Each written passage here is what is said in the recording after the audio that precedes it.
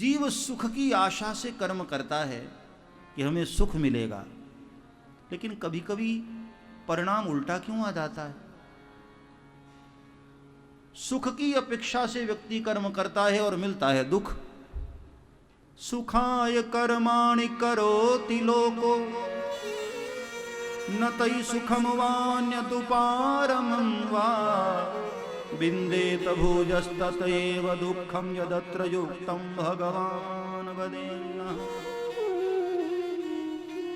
सुखाय कर्माणि करोति लोको, लेकिन न तै सुखम वान्यतुपारमं वा।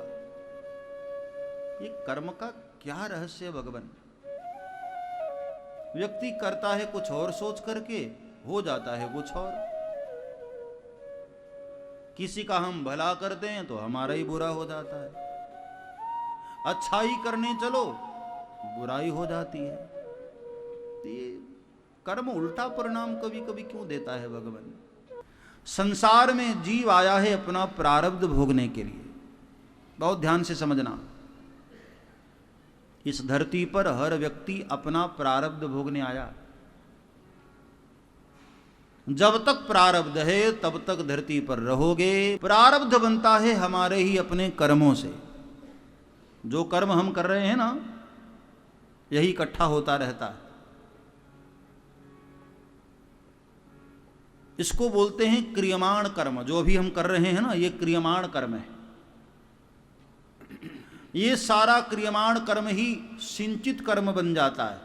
जहां इकट्ठा होता है, जहां सेव होता है, वो है सिंचित कर्म। और जब हमारा जन्म होने वाला होता है तो इन्हीं कर्मों से ही थोड़ा पाप थोड़ा पुण्य निकाल कर धरती पर जब हमारा जन्म होता है तो उसको कहते हैं प्रारब्ध। थोड़ा पुण्य निकाल लेते हैं प्रभु, थोड़ा पाप निकाल लेते हैं, दोनों को मिक्स करके हमारा जन्म होता है। हम अपना प्रारब्ध भोगने के लिए ही धरती पर आए। प्रारब्ध में जो है वही मिलता है, नहीं है उसके लिए कितना ही छटपटा लो नहीं मिलेगा। हमारे द्वारा जो भी शुभ अशुभ कर्म बन रहा है ना, वो हमें ही भुगतना है। इसलिए कोई भी कर्म करने से पहले विचार जरूर लेना कि ये जो कर्म तुम करने जा रहे हो इसका परिणाम कौन भोगेगा। तुम्हें ही भोगना पड़ेगा। हमारे कर्म का फल हमारा पड़ोसी नहीं भोगता, हमारे घर वाले नहीं भोगते, हमारा परिवार नहीं भोगता। हमारे कर्मों का फल हमें ही भोगना पड़ता है। इसलिए कर्म करने से पहले सावधान रहो। जिस कर्म को करने के लिए शास्त्रों ने मना किया है, ऐसा कर्म भूल करके भी मत करना प्यारे। क्योंकि आज नहीं तो कल भोगना तो तुम्हें ही पड़ेगा।